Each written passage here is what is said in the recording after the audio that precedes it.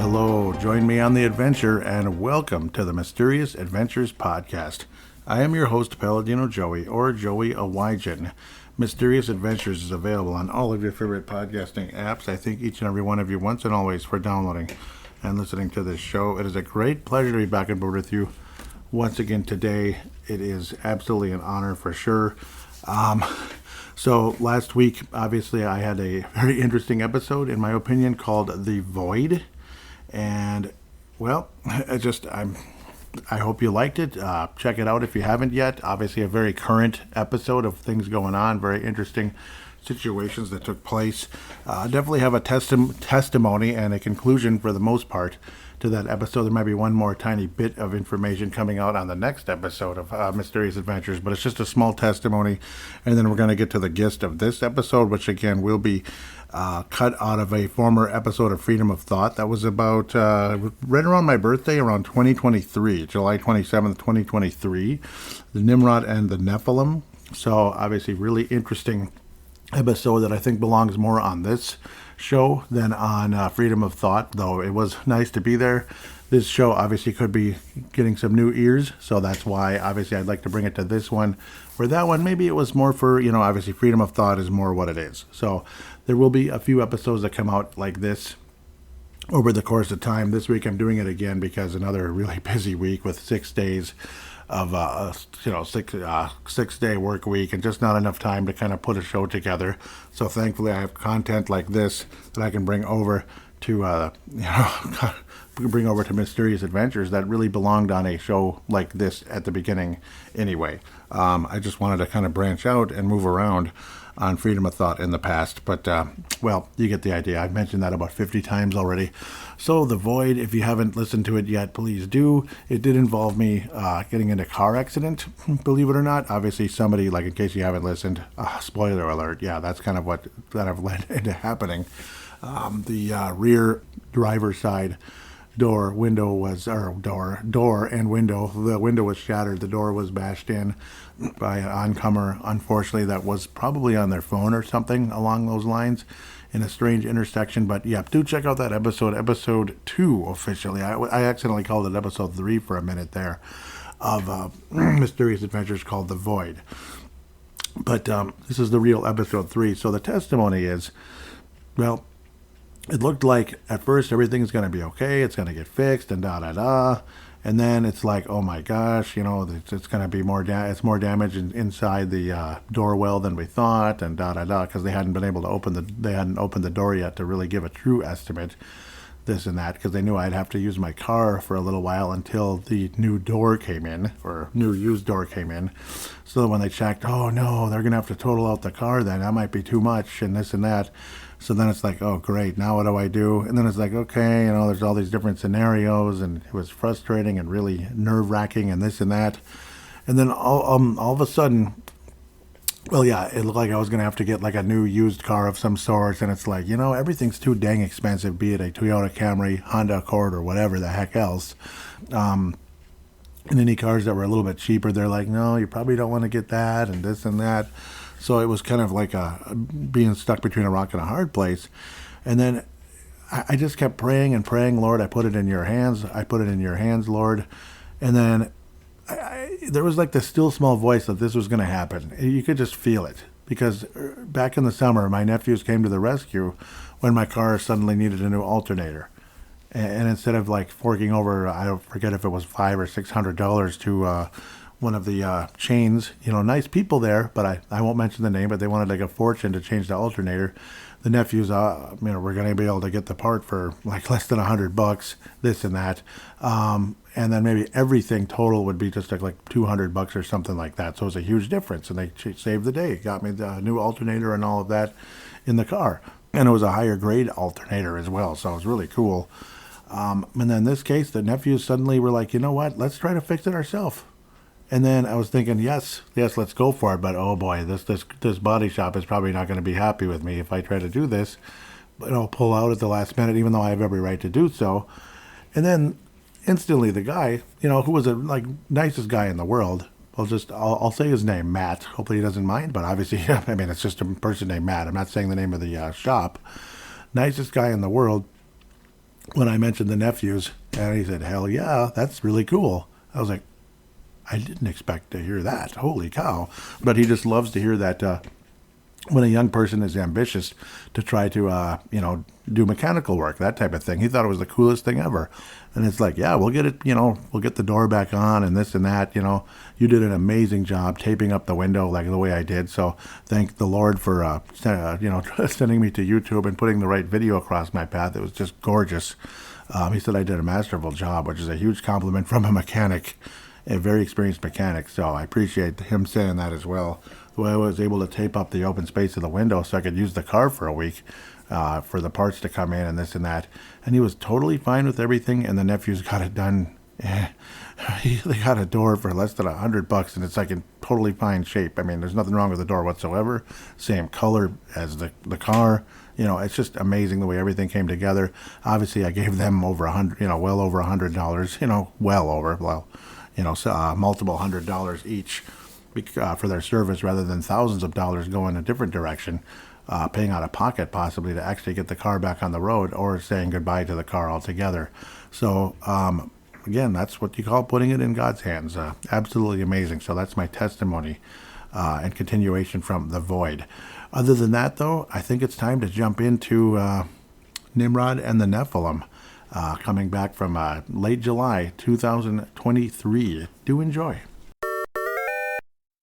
Today, though, I want to kind of get into a topic and topics that have been kind of on my mind for months, even years, in a lot of ways that I wanted to do on the show.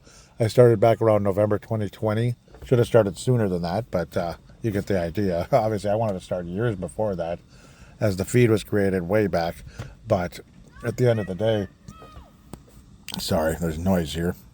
Topics that I've wanted to get into forever are Nephilim, Nimrod, and Nephilim. I'm going to kind of get into those a bit today. Nimrod, the Tower of Babel, and all the nonsense that he stood for, and some interesting stuff that's been talked about on the Final Hour podcast of late with Jim Hammond, Linnea Farrell, and John Gap, guys like that. They call him JG. Yep. It's a very nice, very good podcast. Started from Living Word Christian Center, of course. But Jim Hammond, son of Mac Hammond. Yeah, they've been talking about Nimrod and Nephilim and all that a lot of late. It's just fascinating conversation, and again, it just kind of sparked my interest in it, and I've been wanting to talk about it forever. Nimrod, apparently, he was actually the great-grandson of Noah. So, the great-grandson of Noah from Ham. Ham was one of the three sons of Noah, actually the youngest, believe it or not. Ham, Shem, and Japheth.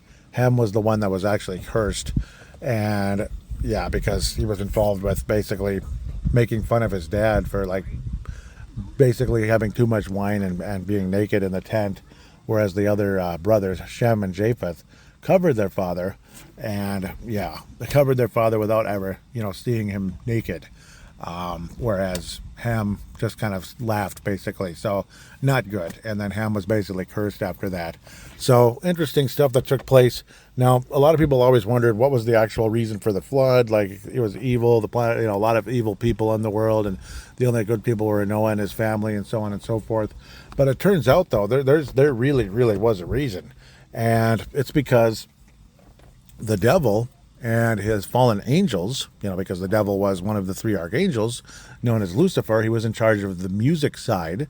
Gabriel was in charge of being the messenger, and of course Michael was the general. He was the warrior, obviously, and still is. Of course, Michael and Gabriel are still archangels and everything, and are on God's side.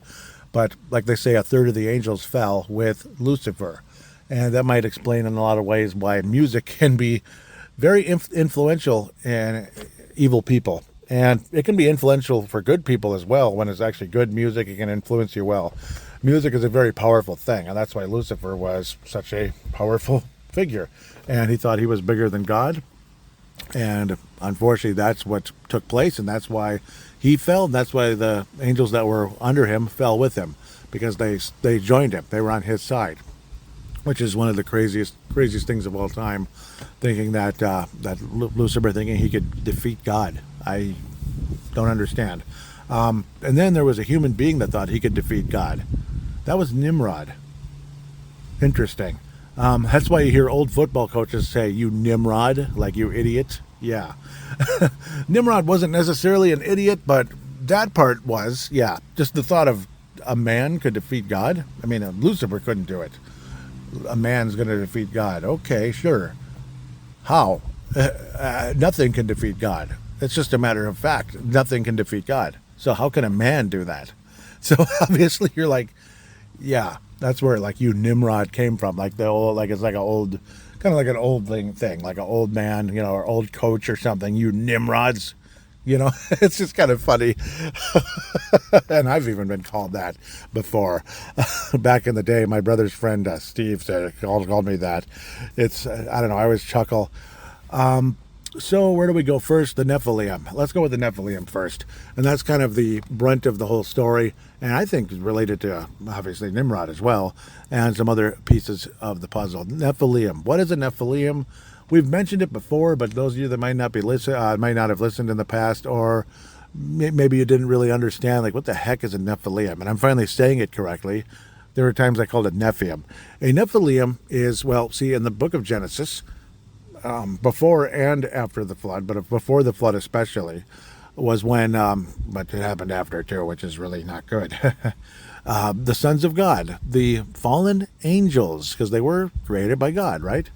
Fallen angels were getting with women, were mating with women, and then they were bearing children that were half man and half fallen angel / demon. That is a Nephilim. Angels are very, very tall, very tall. You know, like 12 to 12 to 15 feet tall, that type of thing. That's what's been talked about on numerous occasions. And the Bible talks about there were giants in the land. That's the giants, the Nephilim. They were very tall human beings that were not fully human beings. And Lucifer / Satan's plan was to completely corrupt man's DNA and turn us all into something that could not, or eventually, where Jesus Christ wouldn't be able to come to the earth as a human being in the form that he did many years later. In this case, this would be about 3,000 to 2,500 years later, when Jesus came through Mary, obviously. So many years later. I'm seeing lightning way off in the distance. Storms are brewing off in the distance. But so that's what a Nephilim is, and that's where the giants in the land came from. And Lucifer's plan was to corrupt the DNA of human beings. And then there was only Noah and his family, just a few people left on the planet Earth that didn't have corrupt Nephilim DNA. And just think about how complicated and crazy that is. So what happened? That's why the flood happened. It's like, we gotta get rid of these people. We have to start over. Unfortunately, it's a matter of fact. This is a very bad place right now, and things have to start over. Otherwise, we have to wipe out everybody. So God did what he did. They had Noah build the ark, the great boat, basically, and everything changed forever. It didn't rain before the flood, because there was a lot of water underneath. Everything was able to, it was almost like a, forgive the phrase. This is the best thing I can come up with. It's like Earth, once upon a time, especially in the days of the Garden of Eden, was like a poor man's heaven, where things were just different. Things were easier, so to speak. Like, it didn't have to rain for plants to be watered. There was enough water underneath for plants to survive, for plants to live. There was no need for an ozone layer for us to be protected from the sun, because, well, the ozone layer was much thicker. Let's just say there was no need for cloud cover and all that necessarily, because the ozone layer was so powerful. I said it wrong. Like, the ozone layer is so powerful, people didn't get burned, that type of thing. But then when the flood happened, a lot of people believe, obviously, God used a natural resource, like a very powerful, very big meteor hit the earth, broke the waters from the deep, and the flood also happened, and the rain came as well. It kind of changed the atmosphere when all that took place, and that's why the earth was flooded. And that got rid of all the Nephilim. At the time, unfortunately, that wasn't the end of the Nephilim. Unfortunately, they may very well be amongst us today, just maybe not that we can see at the moment. It's really scary and crazy in a lot of ways, but who knows? Anything's possible right now, the way the world is going. But that's kind of what took place there. Extremely fascinating conversation I could go on with forever, but there's evidence all over this planet that it has been hit, majorly hit, like the Andes Mountains. Obviously, that would be Western South America.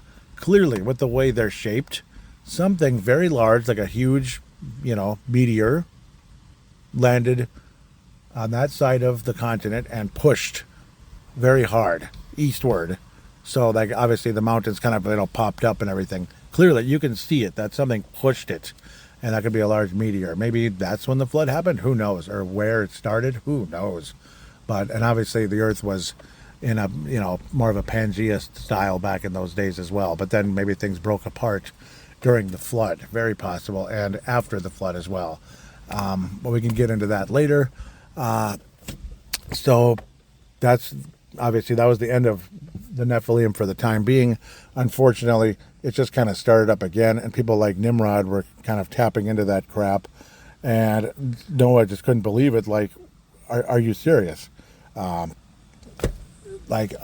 got to be kidding. Like, we just came back from this. Now we're starting it all up again. And Nimrod was basically like an anti-God, and in a lot of ways, he was the first Antichrist. I mean, when you always hear about the spirit of Antichrist is on this earth. Yeah, absolutely. And I would believe Nimrod was the very first man that had the spirit of Antichrist within him. Because he was literally, like we talk about the New World Order right now, and eventually the Antichrist is going to lead the New World Order and all that during the tribulation, and obviously they're all going to wind up in hell eventually, unfortunately. And that's a nervous chuckle. That's not laughing like, ha-ha. No. It's a nervous chuckle. It's not a good thing. It sucks. Obviously, it's very sad and it's terrible. But it's just the way it is, unfortunately. Nimrod, very little chance he's in heaven. Very. In fact, almost basically impossible. He was completely against God. He thought he was going to defeat God. And of course, had his people, him and his people, because he was, again, the first world leader on this planet. And this is, again, he was just the great-grandson of Noah. Crazy to think that there were enough people already on this earth to be able to do what they were able to do. And it is believed that the technology and the ability of people at that time is far exceeding what most of us would think. Because we're talking about, like, what did they say, like 1700 BC, around then. So we're talking like, 3,700 years ago here, folks. But that the technology at the time, and possibly a ability that certain people had, far exceeded what a lot of us would expect, and in some ways maybe exceeded what man can do on this day in 2023. Like, think about that. Think about it, because some records show that the Tower of Babel, by the time God stopped them, because God concluded that he had to stop them, obviously. So now the whole point of the Tower of Babel, I didn't even get to that yet. I apologize. I'm getting ahead of myself. Nimrod wanted to build the Tower of Babel, and him and collaborating with all the people that were working with him together. He was going to build a tower to the heavens to get to heaven without God, and then defeat God with some kind of magic arrow. Are you crazy? Are you crazy? So he wanted to defeat God with a magic arrow, like Legend of Zelda or something. Link with the silver arrow. Have you ever played Legend of Zelda? Especially the first one, the silver arrow, but even like Link to the Past, the silver arrow defeated Ganon.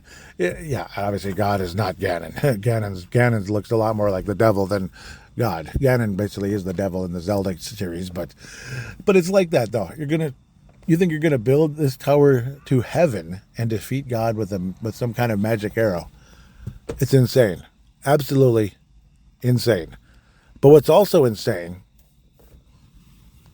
is the fact that the Tower of Babel was believed to be 8,500 feet tall before God ultimately changed all their languages, and they were confused, and they couldn't continue. It was done. It was over.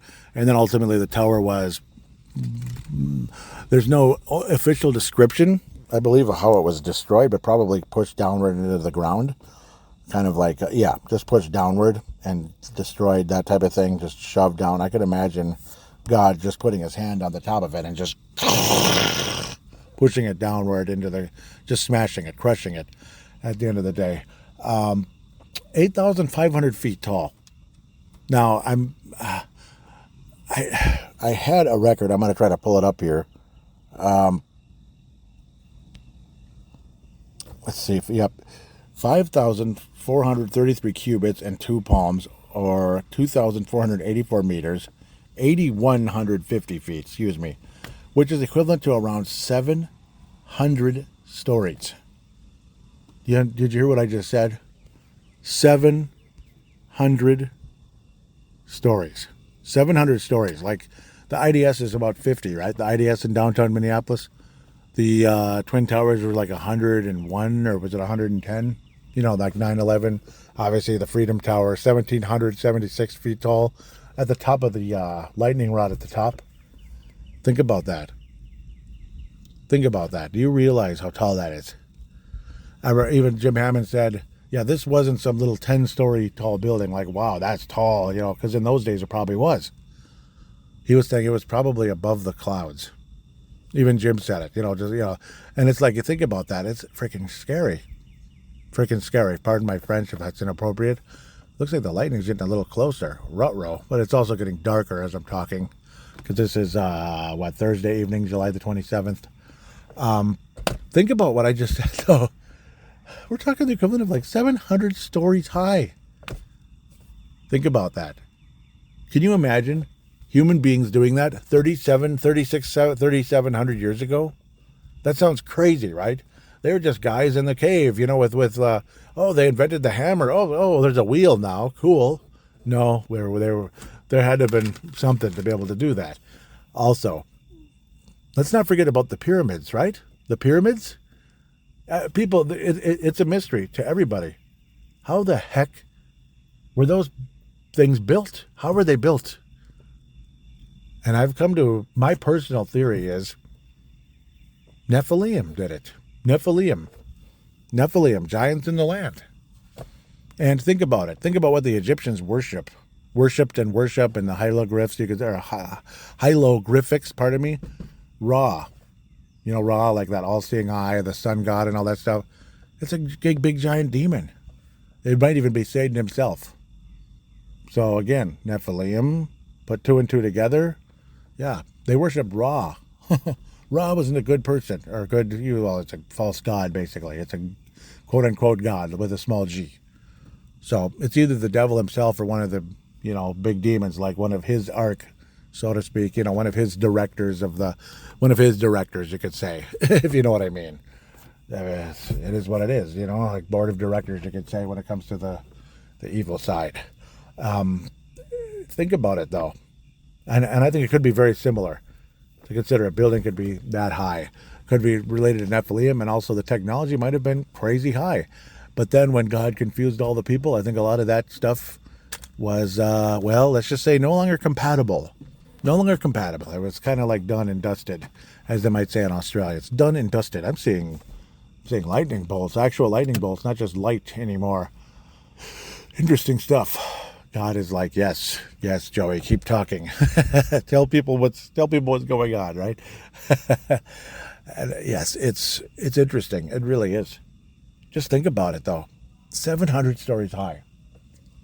And that God, God was like, we have to, he had to put a stop to it. Like, this is nonsense and it needs to stop. Some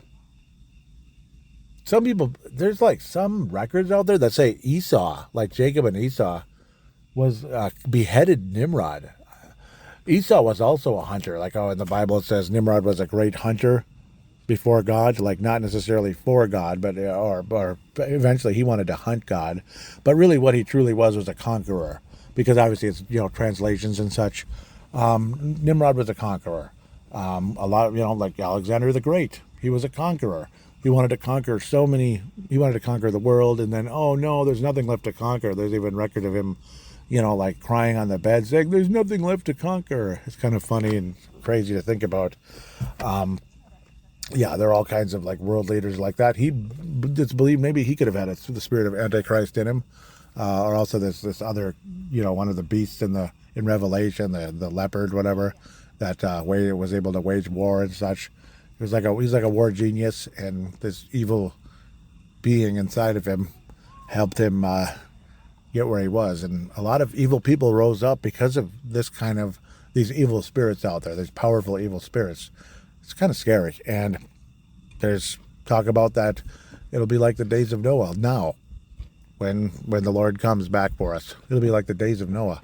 So that could mean a lot of things. Like the earth is very corrupted. The earth is very evil and filled with maybe there's Nephilim again.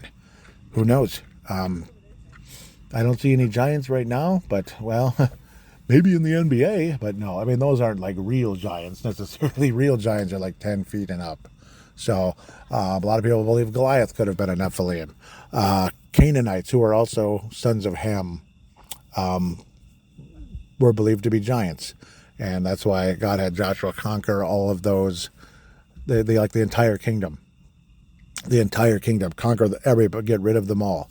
So obviously there had to be a reason to do that when the Israelites were going to, come to Canaan, which eventually became Israel. So it's all insanely fascinating when you put two and two together with all of that. This has been a heck of a... It's like God talking through me. It feels amazing. This has been an amazing podcast so far, and I'm always worried I'm going to say the wrong thing. It's going to come out wrong, and I'm going to be kind of like, oops, stumble around and such. But this is, it's just amazing. A lot of this, I mean, and I've always been fascinated by Revelation, fascinated by Genesis, creation and such. But now it's some of the other stuff kind of leading into the flood and all that.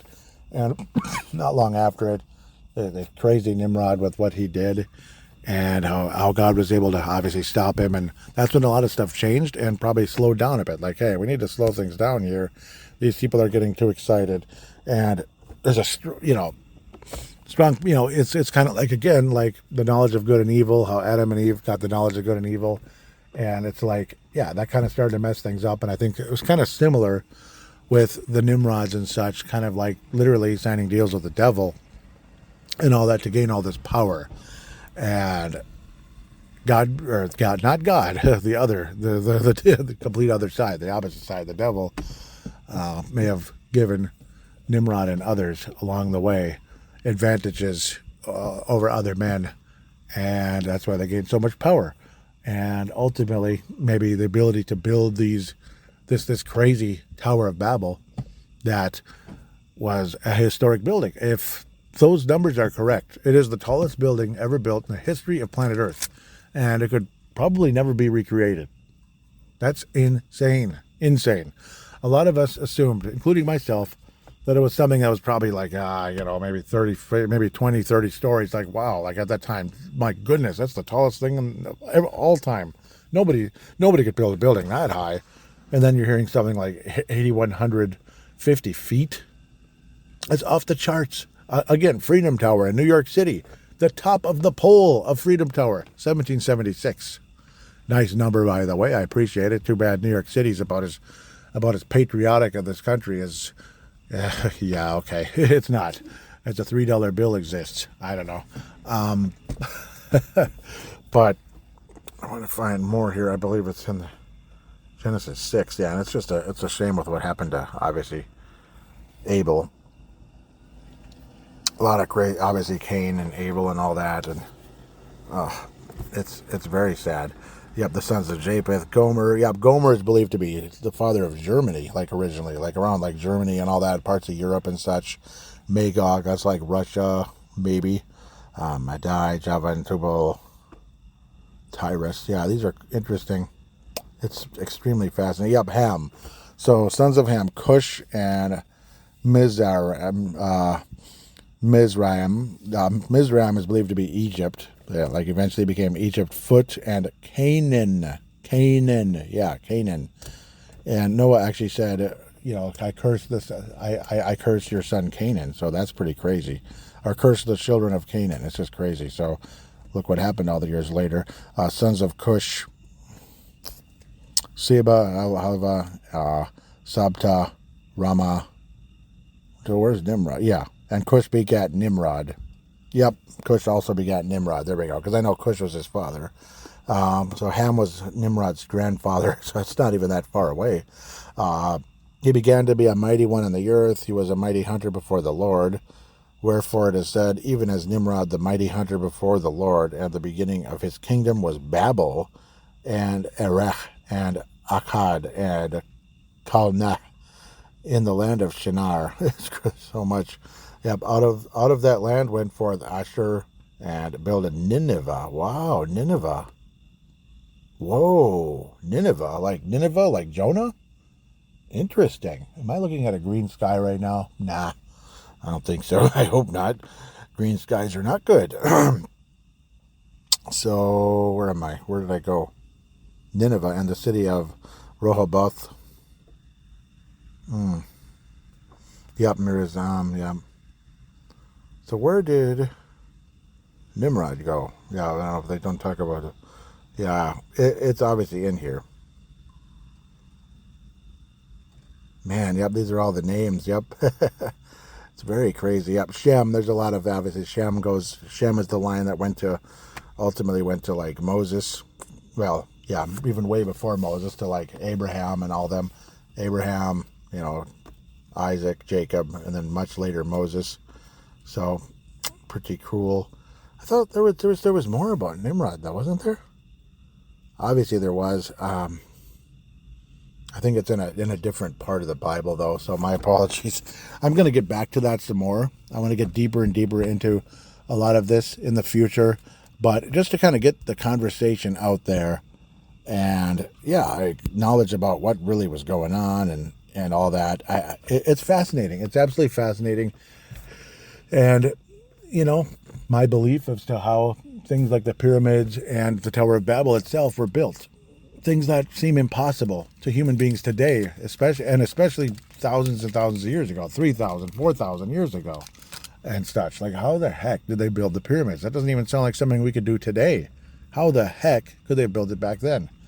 I've always believed that I've had multiple theories on the pyramids, like possibly, again, these, maybe before they fell, when they lived on Earth, Lucifer, like a previous civilization before Adam and Eve, way in the dateless past, like who knows, it could be way back, and maybe those beings built the pyramids. Otherwise, Nephilim built the pyramids. Nephilim may have built the pyramids. That's my other theory, and I do believe that a lot of that was going on with Nimrod and the Tower of Babel. And again, just the arrogance and stupidity of Nimrod to believe he could build a tower, no matter how tall the stinking tower is, which it's remarkable they were able to build something that high. But you're going to build a tower to heaven. First of all, do you know where heaven is? I don't either. So I don't understand. And then you're going to pull out a magic arrow or something and shoot it at God? You're going to hunt God? You're going to hunt God. How? It doesn't make sense. So it's just, it's crazy. It's a stupid arrogance. And obviously, like, Lucifer had a stupid arrogance. Still does have a stupid arrogance. He still believes he's going to win. Can you believe that? Yeah, he still believes he's going to win. So, man, with that said, it's hard to believe it's already been a year since the last time I did that 20% service charge episode in a park, just like I'm doing today. It's a different park. This one's in New Hope, as I'm staring towards kind of the north and looking at the sky kind of flashing and thunder and lightning, and there's a nice comfortable breeze. It's quite beautiful and comfortable, believe it or not, despite massive humidity earlier in the day. It's kind of cool. It just sucks that it's getting dark already, but This is a podcast I really wanted to get to, and I can't thank you enough for listening to this one.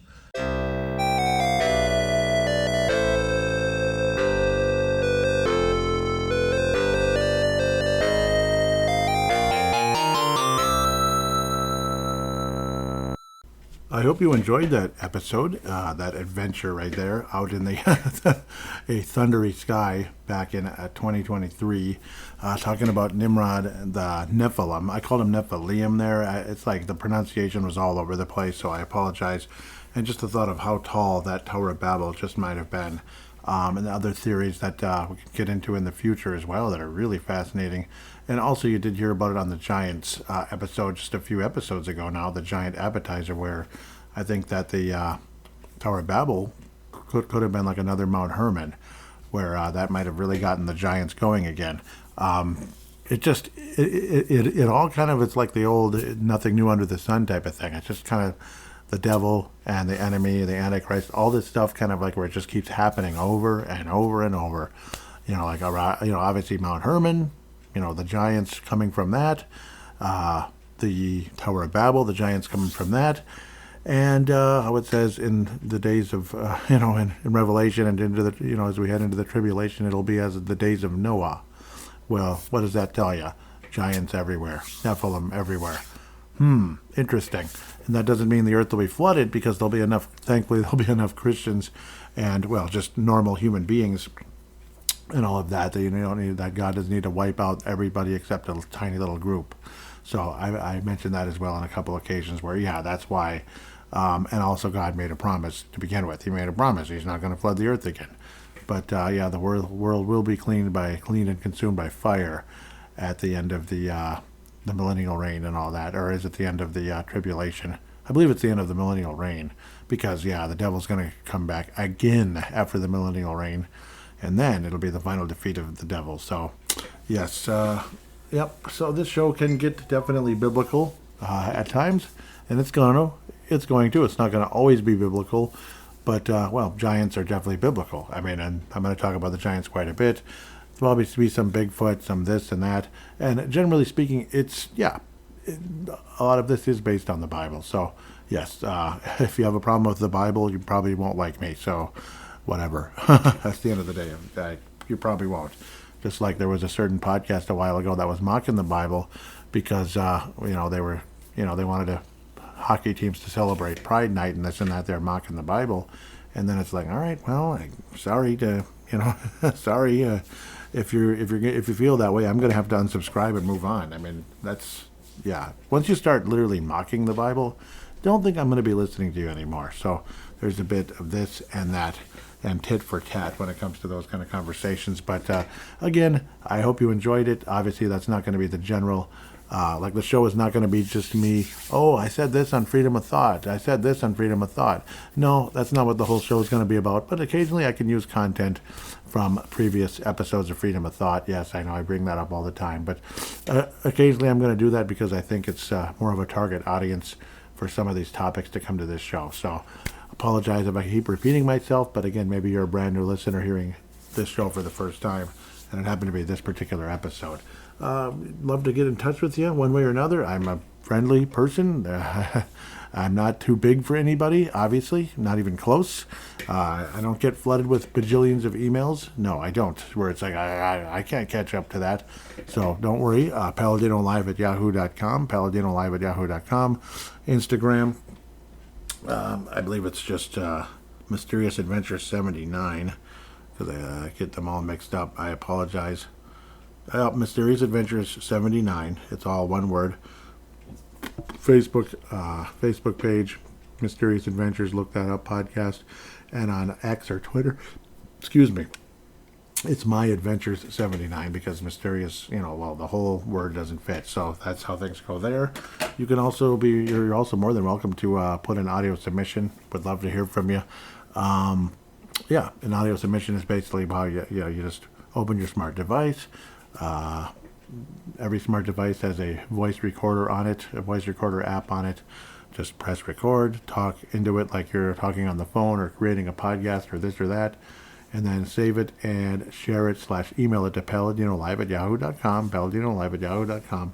I would then convert it into an MP3 file thanks to cloudconvert.com. We really appreciate them very much for giving that free service, and you can use that for your podcast or whatever time you want to convert a file, be it a audio or video, or even just a picture, like a photograph, whatever photograph, and you need to convert it into a JPEG or something so it's compatible with what you're trying to do. So it's wonderful to have, absolutely freaking wonderful.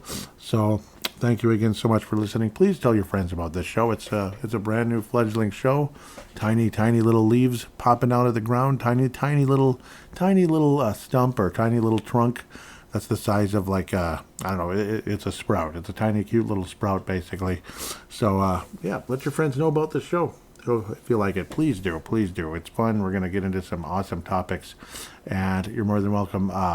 Again, like I said, to call into the show, email the show, interact with the show in the multiple social media tentacles for this podcast. Also, again, wouldn't mind having a guest on. There's already somebody that might be a guest at some point that went through some pretty scary stuff with demonic beings scratching them. So yes, somebody I know very well, just in case he's listening. So yeah, really awesome person. So maybe have him as a guest sometime. Would love to hear from him. Obviously, I won't say the name now until it's time to have him on, that type of thing. But yeah, just in case he's listening, obviously he was a great person I knew back in the day. So, and I still know him, yes, now. But I'm just saying, I saw him more often back in the day because the job changed, that type of thing. So, hope all of you are doing well. Hope you like the show so far, and we're going to keep them coming. And take care, and join me again on the adventure.